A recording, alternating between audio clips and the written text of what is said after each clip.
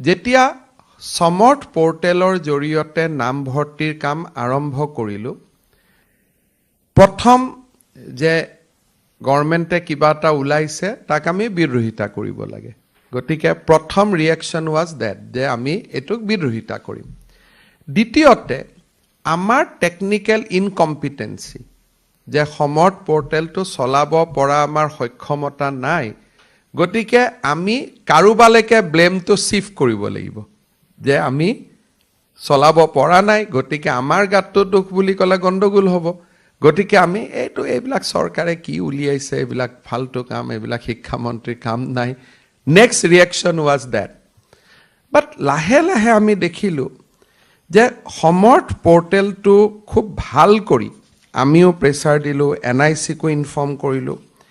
আজি আপোনালোকে দেখা পায় যে এই বছৰ কলেজসমূহত 2,24,399 গৰাকী প্ৰাৰ্থীয়ে আবেদন কৰাৰ পিছত এই সমৰ্থ পোৰ্টেলৰ জৰিয়তে আমি 85.2% ষ্টুডেণ্টক আমি এডমিশ্যন দিব পাৰিলোঁ। এতিয়া ইয়াৰ দূৰগামী ফলাফলটো চাওক। আগতে ষ্টুডেণ্টসকলে বি বৰুৱা কলেজত এডমিশ্যন ল'ব, কটনত এডমিশ্যনৰ কাৰণে অপেক্ষা কৰিব। কটনত এডমিশ্যন পোৱাৰ পিছত বি বৰুৱাৰ ছিটটো এৰি দিব। বি বৰুৱা কলেজত যোগ্য প্ৰাৰ্থীজন বঞ্চিত হ'ল, তেওঁ ছিট নাপালে। এতিয়া আমাৰ অসমৰ ছাত্ৰ সমাজৰ প্ৰতি যিটো দায়বদ্ধতা যে মেক্সিমাম ল'ৰা ছোৱালীয়ে প্ৰথম দ্বিতীয় আবেদনত ছিট পাওক, যাতে আমি অসমত GER জেনেৰেল এনৰলমেণ্ট ৰেচিঅ' আমি বঢ়াব পাৰোঁ। প্ৰথম নামভৰ্তি কৰোঁতেই যেতিয়া ছাত্ৰ ছাত্ৰীজন বিমুখ হয় আৰু পিলাৰ টু পষ্ট ইখন কলেজৰ পৰা সিখন কলেজলৈকে তেওঁ দৌৰিবলগীয়া হয়, definitely he or she will be discouraged. কিন্তু আজি সমৰ্থ পোৰ্টেলটো থকাৰ কাৰণেই আমি ঘৰত বহি চাব পাৰোঁ যে এইখন কলেজত মোৰ আজি এডমিশ্যন হ'ব বা নহ'ব। আৰু ফাইনেলি আমি এটা সুবিধা দিওঁ স্পট এডমিশ্যন, যাৰ জৰিয়তে ৰেচিডিউৰী এডমিশ্যনখিনি আমি ল'ব পাৰোঁ। এই বছৰৰ দৰে শৃংখলাবদ্ধ এডমিশ্যন কলেজত আগত কেতিয়াও হোৱা নাই। কিন্তু যদি অসমৰ বাতৰি কাকতসমূহ চাওঁ, তেতিয়াহ'লে আমাৰ এনেকুৱা লাগিব যে এই বছৰৰ দৰে আটাইতকৈ ইনডিচিপ্লিন এডমিশ্যন কেতিয়াও হোৱা নাই। তাৰ কাৰণ কি? যে আমি প্ৰথম অৱস্থাত সমৰ্থ পোৰ্টেলটো অহাৰ লগে লগে আমাৰ মনত প্ৰথম ক্ৰিয়া হ'ল যে এডমিশ্যনটো আমি দিব পাৰিম নে নাই, পোৰ্টেলটো আমি চলাব পাৰিম নে নাই, এই পোৰ্টেলত দিলে আমি এডমিশ্যনৰ ফিজখিনি ল'ব পাৰিম নে নাই। এই ধৰণৰ বিভিন্ন আমাৰ মনত সৃষ্টি হোৱা সন্দেহক আমি নিউজলৈকে ৰূপান্তৰ কৰি দিলোঁ। কিন্তু আজি আপোনালোকে চাওক, যি টকা পইচা আপোনালোকে 31 মাৰ্চত পালেহেঁতেন, আজি আপোনালোকে 10 জুলাইত এই টকা পইচাটো পাব সক্ষম হৈছে, কলেজখিনি ভালকৈ চলিব। আৰু এই ক্ৰেডিটটো মই নলওঁ, কাৰণ মইতো এনেও 31 মাৰ্চত টকাটো দিবই লাগিলহেঁতেন। ক্ৰেডিট আমি ল'লোঁ 16-17 যে আমি বিনামূলীয়া এডমিশ্যন দিলোঁ। কিন্তু এইবাৰ টকা পইচাখিনি যদি ইন টাইমত পোৱাৰ কাৰণে কাবাক আমি ক্ৰেডিট দিব লাগিব, টেকন'লজি আৰু সমৰ্থ পোৰ্টেলক দিব লাগিব। যে আজি তাৰ কাৰণে এখন মহাবিদ্যালয়ে 80 লাখ 90 লাখ টকা যি আপোনালোকৰ ল'ৰা ছোৱালীৰ পৰা পাব লাগিলহেঁতেন, আজি আপোনালোকে টকা পইচাখিনি পালে। সুন্দৰভাৱে পে'মেণ্ট গেটৱেত একাউণ্টিং হ'ল, কিমান ল'ৰা কিমান পইচা, এখন কলেজত বছৰি নামভৰ্তিৰ কাৰণে কিমান টকা আহে, কি আহে, আজি গোটেইটো এটা স্বচ্ছতাৰ মাজলৈকে গুচি গ'ল।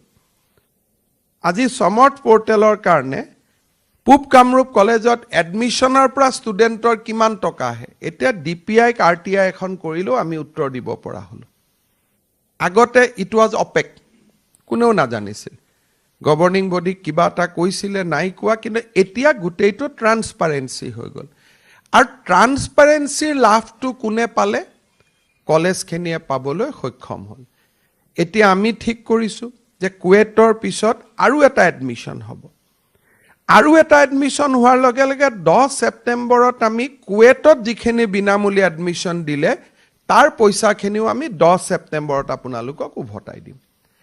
তাৰ পিছত আপোনালোকে 3rd ছেমিষ্টাৰ আৰু 5th ছেমিষ্টাৰত আপোনালোকে বিনামূলীয়া এডমিশ্যন দিব। যিদিনাখনে সমৰ্থ পৰ্টেলত বিনামূলীয়া এডমিশ্যনৰ প্ৰক্ৰিয়া লাষ্ট ডেট পাৰ হ'ব, তাৰ 10 দিন পিছত আমি তাৰো পইচা উভতাই দিম। এই গোটেই শৃংখলিত ব্যৱস্থাটোক আমাৰ সুধী সমাজ, শিক্ষক সমাজে সদায়ে পজিটিভলি মানুহৰ আগত ক'ব লাগে, কাৰণ পজিটিভ কামৰ স্পন্দন পজিটিভলি সমাজৰ মাজত যাব লাগে। যেতিয়া আমি পজিটিভলি কথাবিলাক নকওঁ, যিটো পজিটিভ কথা যে ইয়াত এডমিশ্যন দি আমাৰ ভাল হৈছে, আৰু যদি বেয়া হৈছে 6টা গ্ৰাউণ্ড লিখি যে এইকেইটা কাৰণত সমৰ্থ পৰ্টেলৰ এফিকেচিৰ ওপৰত মোৰ সন্দেহ আছে। টেকনলজিকেল টিম আহিব, এইটোতো আমি বনোৱা ছফ্টৱেৰ নহয়, আমি দিল্লীত পঠাম, দিল্লীৰ পৰা টিম আহিব, যিখিনি অসুবিধা আছে এইটো ফিক্স কৰিব। কাৰণ ভৱিষ্যতটো AI আৰু টেকনলজিৰ ওপৰতে হ'ব। অসমৰ কলেজৰ অধ্যক্ষসমূহ আৰু অসমৰ বাতৰি কাকতৰ ইমান সক্ষমতা নাই যে আমি ভৱিষ্যতৰ AI ৰিভলিউশ্যনটো ৰখুৱাই দিব পাৰোঁ। উই কেনট, কাৰণ টেকনলজি যে ৰিয়েলিটি। মুখ্যমন্ত্ৰী থাকিব, আহিব, যাব, কিন্তু AIটো প্ৰতিদিন বা আমাৰ অসমৰ জৰিয়তে আমি কেনেকৈ নোহোৱা কৰি দিব পাৰোঁ? সেইটোতো নোৱাৰোঁ, কাৰণ তেওঁলোকে নিজে AIটো ব্যৱহাৰ কৰে ৰুমত বহি। যদি টেকনলজিকেল ৰিভলিউশ্যনটো আমি কেইজনমান অধ্যক্ষই ভাবিলে এইটো চেঞ্জ হৈ যাব নেকি? এইটোতো নাযাব। গতিকে টেকনলজিৰ লগত খোজ কাঢ়াটো, আজি ChatGPTটো হাতত ল'লে, উই এম্পাৱাৰ্ড আৱাৰ চেল্ফ। তাত নিগেটিভিটিও আছে। নিগেটিভিটিখিনিক বাদ দি পজিটিভিটিখিনি লোৱাটোৱে হ'ল হিউমেন ব্ৰেইন। গতিকে এই যিবিলাক টেকনলজি আহিব, টেকনলজিকেল ৰিভলিউশ্যন হ'ব, যি আল্টিমেটলি ষ্টুডেণ্টক বেনিফিট কৰিছে বা বেনিফিট কৰিব, তাক আমি ৱেলকাম কৰিব লাগে with a sense of intellectual discussion. যে প্ৰথমতে আলোচনা কৰিব লাগে ইয়াৰ পজিটিভিটি কি, ইয়াৰ নিগেটিভিটি কি। ওৱান্স ইট ইজ ডান, যে হয় এইটো ষ্টুডেণ্টৰ কাৰণে ভাল হ'ব, উই আৰ কনভিন্স, তেতিয়া টিথিং ট্ৰাবলবিলাক আমি নিজে ডিল কৰি ইয়াক আগুৱাই লৈ যোৱাৰ আমাৰ সকলোৰে কালেক্টিভ কেপেবিলিটি থাকিব লাগিব। এইবাৰ যিকোনো কলেজৰ অধ্যক্ষই ক'ব যে এডমিশ্যন দি এইবাৰ অশান্তি পোৱা নাই আমি, আগতে আহিব, বি বৰুৱা, কটন, আপোনালোকে নিজেই ক'ব, because technology is so' smooth. যেতিয়া অসমত এই ধৰণে এডমিশ্যন হোৱা বুলি গম পালে, বিহাৰ আৰু গোৱাৰ পৰা এডুকেশ্যন মিনিষ্টাৰসকল অসমত দৌৰি আহিছে চাবৰ কাৰণে যে অসমত কেনেকৈ এটা সুন্দৰভাৱে পৰ্টেলৰ জৰিয়তে লাখ লাখ ষ্টুডেণ্টক কলেজত নামভৰ্তি কৰিব পৰা হ'ল। যিটো অসমৰ বাবে গৌৰৱৰ ক্ষণ, সেইটো আমি ইয়াতে খিচিৰি পকাই পকাই ইয়াক আমি এটা অন্য ৰাস্তাত লৈ গ'লোঁ। লৈ যোৱাৰ মূল কাৰণটোৱে হ'ল কি, যে প্ৰথমতে টেকনলজি বুলি ক'লে আমি ভয় খালোঁ, কিবা গণ্ডগোল হ'ব, ইটো হ'ব, সিটো হ'ব। এইটো হ'ল এটা। দ্বিতীয়তে, কলেজৰ অধ্যক্ষসমূহলৈকে মোৰ এটা অনুৰোধ, যে আপোনালোকে জানে যে মহাবিদ্যালয়খনত আমি ফ্ৰী এডমিশ্যন দিওঁ, তাৰ পিছত ষ্টুডেণ্টৰ লগত আমি কিয় যুঁজ বাগৰ কৰি থাকিব লাগে? আৰু এটা 600 টকা আমি কিয় ষ্টুডেণ্টৰ পৰা ল'ব লাগে? লাগিলে 600 টকা মোক খুজি দিয়ক আকৌ, যে মুখ্যমন্ত্ৰী মহোদয় আপুনি যদি ইমান দিছেই, মোক আৰু এটা 600 টকা দি দিয়ক। অধ্যক্ষসকলৰ লগত ষ্টুডেণ্টৰ সম্পৰ্ক তেতিয়া ভাল হ'ব যেতিয়া ইউ কেন টেক ক্ৰেডিট, যে বাবা মই চৰকাৰে দিয়া বুলি ক'ব নালাগে, যে মই তোক ফ্ৰী এডমিশ্যন কৰি দিলোঁ কমপ্লিট,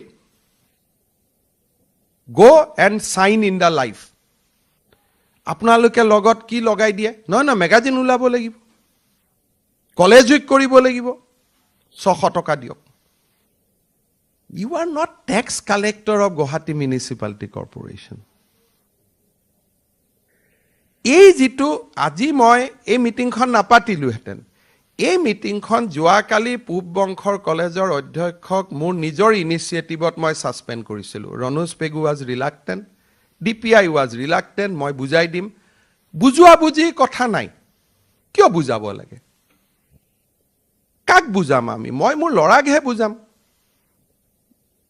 বাকী মই কলেজৰ অধ্যক্ষ এজনক বুজোৱাৰ মোৰ সাহস আছে নেকি? I have to implement the rule and law. বুজোৱাৰ মোৰ অধিকাৰ ক'ত আছে? বুজালে তেওঁ বুজিব কিয়? মোক ক'ব ভাই আপুনি এজন মুখ্যমন্ত্ৰী, আপুনিতো আপোনাৰ কি ডক্টৰেট আছে, কি PhD আছে, মই ইমান শিক্ষা দীক্ষা ল'লো, মোক কিয় আপুনি বুজায়? আমাৰতো বুজোৱা কাম নহয়, না বুজনি লোৱাটো আপোনালোকৰ কাম। Being the government employee, public servant, it is your responsibility to obey the government order in toto. আজি বেলেগ বাদ দিয়ক, মুখ্যমন্ত্ৰীৰ সমষ্টিৰ শুৱালকুছি কলেজতে 600 টকা উঠাই দিছে অধ্যক্ষজনে। মোলৈকে লৰাইটো আৰু অসত্য কথা নকয়। হোৱাটছআপত আহিব, ফেচবুকত আহিব, and I have a connectivity with the student community. So মোৰ ৰিকুৱেষ্ট, আজি গৈ আপোনালোকক লাগিলে 600 টকা মই আৰু বেছিকৈ দি দিম, কোনো অসুবিধা নাই। But free admission should be free admission.